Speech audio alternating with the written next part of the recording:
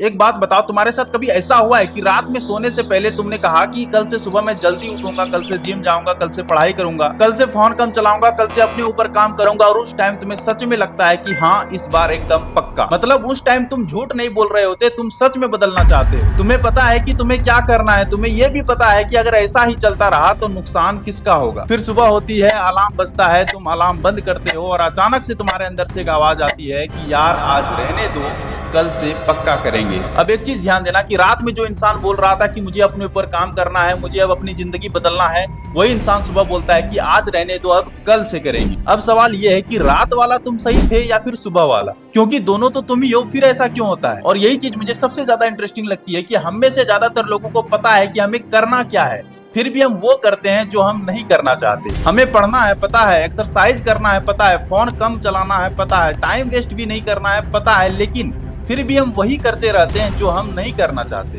तो आखिर हमारे अंदर चल क्या रहा है? क्या हम लेजी हैं? क्या हमारे अंदर डिसिप्लिन नहीं है? या फिर हम अपने ही माइंड को समझ नहीं पाए हैं? और इस वीडियो का मकसद बस आपको ये बताना नहीं है कि अपने माइंड को कंट्रोल कर लो, क्योंकि ऑनेस्टली बोलूं तो अपने माइंड को पूरी तरह से कंट्रोल करना इतना सिंपल है ही नहीं। आपके दिमाग में डिस्ट्रैक्शंस आएंगे, मन करेगा कि काम छोड़ दें, मन करेगा कि थोड़ा सा फोन चला लें, डर भी होगा, ओवर थिंकिंग भी होगी, और आप इन चीजों को हमेशा रोक नहीं सकते। लेकिन आप ये सीख सकते हो कि जब ये थॉट्स आपके मन में आए तो आपको उस टाइम क्या करना है। और मेरे हिसाब से यही असली सेल्फ कंट्रोल है। अब अपने माइंड को थोड़ा एब्जॉर्ब करो। मान लो तुम पढ़ने बैठे हो और तुम्हारे सामने किताब है, तुम्हें पढ़ना है, लेकिन 10 मिनट बाद तुम्हें मन करता है कि थोड़ा सा फोन चला लेते हैं। तुम फोन उठाते हो, फिर नोटिफिकेशन, फिर मैसेज, फिर इंस्टाग्राम, फिर पहला रील, दूसरा रील, तीसरा रील, ऐसे करते करते 40 से 45 मिनट और कभी कभी तो घंटों निकल जाते हैं। और फिर अचानक से तुम्हारे दिमाग में याद आता है कि अरे भाई मैं तो पढ़ने बैठा था। और उस मोमेंट पर तुम खुद को बोलते हो कि अरे यार मैं कितना स्टूपिड हूँ। तुमने कॉन्शियसली ये डिसीजन तो नहीं लिया था कि आज मैं अपनी पढ़ाई को बर्बाद करूंगा, नहीं, बस एक छोटा सा मोमेंट आया, एक छोटा सा इंपल्स आया कि थोड़ा सा फोन देख लेते हैं, और तुम उसी के साथ चले गए। और यही समझना सबसे जरूरी है कि हमारी जिंदगी सिर्फ बड़े बड़े डिसीजन से ही खराब नहीं होती, कई बार छोटे छोटे इंपल्सेस से ही होती है। एक बार फोन चला लेते हैं, एक बार कल से कर लेंगे, एक बार तो आज मूड ही नहीं है। और ये जो छोटी छोटी चीजें है ना, ये हमारी जिंदगी में बार बार रिपीट होती रहती है। अब सवाल है कि इंपल्स आते कहां से हैं? देखो, हमारा जो ब्रेन है ना, ये हमेशा लॉन्ग टर्म फ्यूचर के हिसाब से बिहेव नहीं करता। कई बार वो इमीडिएट कंफर्ट को प्रीफर करता है। अभी फोन देखो, अभी मजा है, अभी सो जाओ, अभी आराम है, अभी डिफिकल्ट काम छोड़ दो, अभी स्ट्रेस कम। लेकिन पढ़ाई, उसका फायदा बाद में मिलेगा। एक्सरसाइज कर रहे हो, उसका भी फायदा बाद में मिलेगा।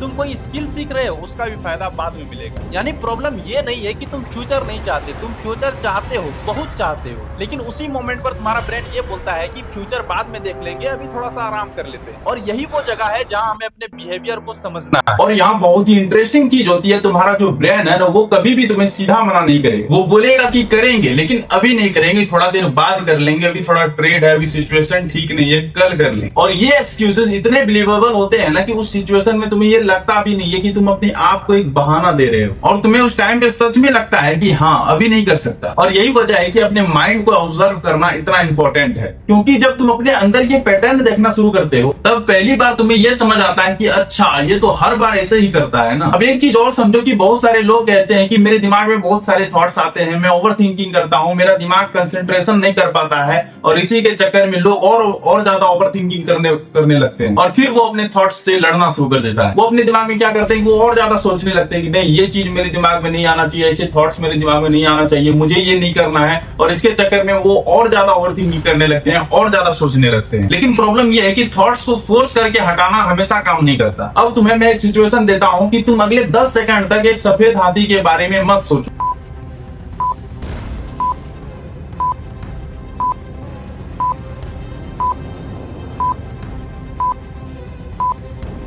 अब क्या हुआ, तुम सोचने लगे ना कि वो सफेद हाथी मेरे दिमाग में नहीं आना चाहिए, मुझे उसके बारे में सोचना ही नहीं है, और यही थॉट्स तुम्हारे दिमाग में फिर से आने लगे क्योंकि तुम सोचने लगे। क्योंकि जिस चीज को तुम अवॉइड करना चाहते हो, तुम्हारा अटेंशन उसी चीज पर जाए। इसलिए पढ़ते समय या फिर कोई भी काम करते समय अगर कोई भी रैंडम थॉट आता है ना, तो उससे लड़ो मत। बस नोटिस करो कि कोई थॉट आया और फिर वहां से वापस आ जाओ। यानी गोल ये नहीं है कि मेरे माइंड में कोई भी डिस्ट्रैक्शन नहीं आना चाहिए, गोल ये है कि मेरे माइंड में डिस्ट्रैक्शन आने के बाद मैं वहां से कितना जल्दी वापस आ सकता हूँ। और ये डिफरेंस बहुत बड़ा है। अब असली गेम यहाँ से शुरू होती है। मान लो तुम्हारा डिस्ट्रैक्शन तुम्हारा फोन है। अब तुम बोलते हो कि मैं फोन बहुत कम चलाऊंगा, लेकिन फोन जो है ना वो तुम्हारे बगल में ही पड़ा हुआ है, नोटिफिकेशन आ रही है, स्क्रीन चमक रही है, वाइब्रेशन हो रही है, और तुम बोलते हो कि मैं अपने माइंड को कंट्रोल कर लूंगा। भाई अपने सामने कोई टेम्परेचर रखकर और खुद से फाइट करना कि मैं अपने दिमाग को कंट्रोल कर लूंगा, ये कोई स्मार्ट स्ट्रेटेजी नहीं है। अगर फोन तुम्हारा सबसे बड़ा डिस्ट्रैक्शन है तो अपने काम के टाइम उस फोन को अपने आप से दूर रखो। स्टडी के टाइम या फिर कोई भी काम कर रहे हो तो उस टाइम अपने फोन को दूसरे कमरे में रखो, मतलब अपने इन्वायरमेंट को अपने फेवर में यूज करो। क्योंकि सेल्फ कंट्रोल का मतलब सिर्फ ये नहीं है कि टेम्परेचर के सामने खड़े रहकर तुम जीत जाओ। कई बार सेल्फ कंट्रोल का सबसे स्मार्ट तरीका होता है कि अपने टेम्परेचर को अपने सामने आने ही मत। अब अपने डिस्ट्रैक्शन का ट्रिगर पकड़ो, किसी भी हैबिट को देखो। उससे पहले अक्सर कुछ होता है, मान लो तुम बोर्ड हुए, तुमने फोन उठा लिया। अब अपने डिस्ट्रैक्शन का ट्रिगर पकड़ो, अपने किसी हैबिट को देखो। उससे पहले कुछ होता है, तुम बोर हुए, फिर फोन उठा लिया, फिर स्क्रॉलिंग शुरू, या पढ़ाई डिफिकल्ट लगने लगी, या फिर कोई काम करने में मन नहीं लगने लगा और तुमने काम करना छोड़ दिया, या कोई नोटिफिकेशन आई फिर फोन। यानी ये एक पैटर्न है। और अगर तुम्हें अपने हैबिट को बदलनी है ना तो सिर्फ एक्शन को रोकने की कोशिश मत करो, पहले ट्रिगर देखो। तुम फोन कब उठाते हो,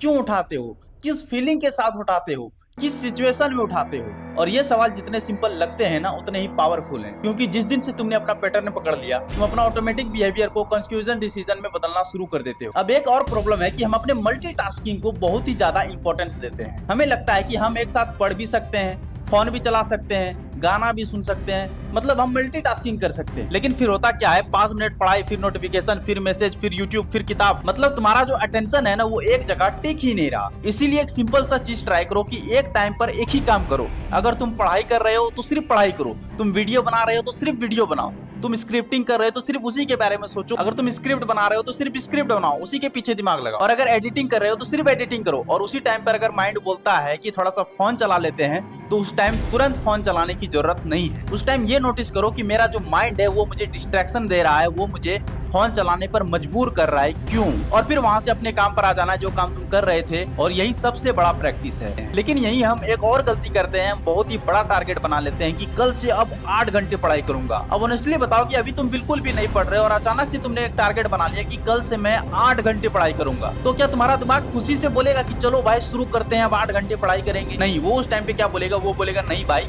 कल से करते हैं। और इसीलिए शुरुआत छोटी रखो, बस 10 मिनट, बस पहला चैप्टर, बस पहला पेज, बस ये 4 क्वेश्चन। और इसी तरीके से अपना काम को धीरे धीरे इंप्रूव करते जाओ, बढ़ाते जाओ। क्योंकि कई बार हमें मोटिवेशन की जरूरत नहीं होती है, बस एक छोटी सी शुरुआत की जरूरत होती है। और एक बार शुरू करने के बाद कंपैरेटिवली आगे बढ़ना बहुत ही आसान होने लगता है। अब बात करते हैं टाइम ब्लॉकिंग की। बहुत लोग रात में सोने से पहले ये सोचते हैं कि कल पढ़ना है, कल वीडियो बनाना है, कल स्क्रिप्टिंग करना है और कल से मैं डेली वीडियो डालूंगा। लेकिन उसका कोई प्लान, कोई स्ट्रेटेजी नहीं है, कुछ भी पूरी तरह से क्लियर है ही नहीं। इसलिए रात में सोने से पहले 2 मिनट निकालो और कल के 3 से 4 इंपॉर्टेंट काम को लिखो। जैसे सुबह 9 से 10 बजे तक स्क्रिप्ट लिखना है, फिर 10:30 से 11 बजे तक स्क्रिप्ट को रिवाइज करना है और फिर दोपहर 12 बजे से वीडियो शूट करना है। यहाँ क्या हो रहा है पता है, तुम अपने ब्रेन को क्लैरिटी दे रहे हो। और एक चीज ध्यान रखना कि अपने दिन को इतना भी टाइट मत बनाओ कि अगर एक छोटा सा काम भी मिस हो जाए तो पूरा दिन एकदम मूड खराब हो जाए। काम की इसमें छोटा छोटा सा स्पेस रखो, क्योंकि हम इंसान है, कोई रोबोट तो है नहीं। अब सबसे डेंजरस चीज क्या है पता है, रिग्रेट। अब मान लो आज तुमने अपना पूरा दिन ही वेस्ट कर दिया और रात में तुम्हें बहुत बुरा लगता है, तुम्हें लगता है कि मैं कुछ नहीं कर सकता, मेरे से कुछ नहीं हो पाएगा, मैं बहुत बुरा इंसान हूँ, मैं बहुत ही लेजी हूँ। और फिर तुम सो जाते हो। अगली सुबह जब तुम सोकर उठते हो तो वही फीलिंग के साथ उठते हो और फिर दूसरे दिन भी जो है ना काम नहीं हो पाता है, फिर दूसरा दिन बर्बाद हो जाता है। फिर से तुम कॉल चलाने लगते हो, फिर से तुम रिग्रेट होने लगते हो, फिर मैसेज, फिर नोटिफिकेशन, और वही चीज जो तुम पहले छोड़ चुके थे वो चीज फिर से रिपीट होने लगती है। अब तुम यहाँ एक चीज समझो कि रिग्रेट तुम्हारी गलती को ठीक नहीं कर रहा। अगर तुम अपना 5 से 6 घंटा वेस्ट कर चुके हो तो अपने आप को गाली देने से वो 5 से 6 घंटा वापस नहीं आएगा। तो फिर क्या करना है, बहुत ही सिंपल है, अपने रिग्रेट को एक्शन में बदलो। खुद से पूछो ठीक है गलती हो गई, लेकिन अब अगला सही काम क्या होना चाहिए। बस अब सोच लिया, अब अगला काम जो तुमने सोचा है उस काम को कंप्लीट करो। और अब एक अच्छी खबर, अगर तुम्हारा फोकस खराब है तो इसका मतलब ये थोड़ी है कि हमेशा खराब रहेगा। हमारा ब्रेन लर्निंग के साथ अडेप्ट कर सकता है और इसी कॉन्सेप्ट को ब्रॉडली न्यूरोप्लास्टिसिटी कहते हैं। मतलब प्रैक्टिस सिर्फ स्किल को नहीं बदलती, लर्निंग के साथ ब्रेन भी अडेप्ट कर सकता है। लेकिन इसका मतलब ये नहीं है कि 7 दिन मेडिटेशन करो और तुम्हारा दिमाग जो एकदम सुपर कंप्यूटर बन जाएगा। नहीं, एक सिंपल सी बात है कि अगर रोज तुम अपने अटेंशन को एक जगह रखने की कोशिश करोगे तो तुम अटेंशन की प्रैक्टिस कर रहे हो। अगर तुम डिस्ट्रैक्शन आने के बाद वापस काम पर लौट रहे हो तो तुम अपने बिहेवियर को रिपीट कर रहे हो और वही धीरे धीरे इंपॉर्टेंट बनता है। और अब प्रैक्टिकली तुम्हें करना क्या है, मैं तुम्हें कोई 25 चीजों की लिस्ट नहीं देने वाला हूँ, बस कुछ चीजें देने वाला हूँ और इसे अपने लाइफ में ऑनेस्टली ट्राई जरूर करना। रोज 10 मिनट अपने फोन को दूर रखो, टाइमर लगाओ और काम करो। माइंड भटकेगा कोई प्रॉब्लम नहीं, फिर वापस लाओ, फिर भटकेगा फिर वापस लाओ। बस तुम्हें माइंड को रोकना नहीं है, उसे वापस लाना सीखना है। अब दूसरी चीज, अपना ट्रिगर लिखो। रात को सोने से पहले अपने आप से पूछो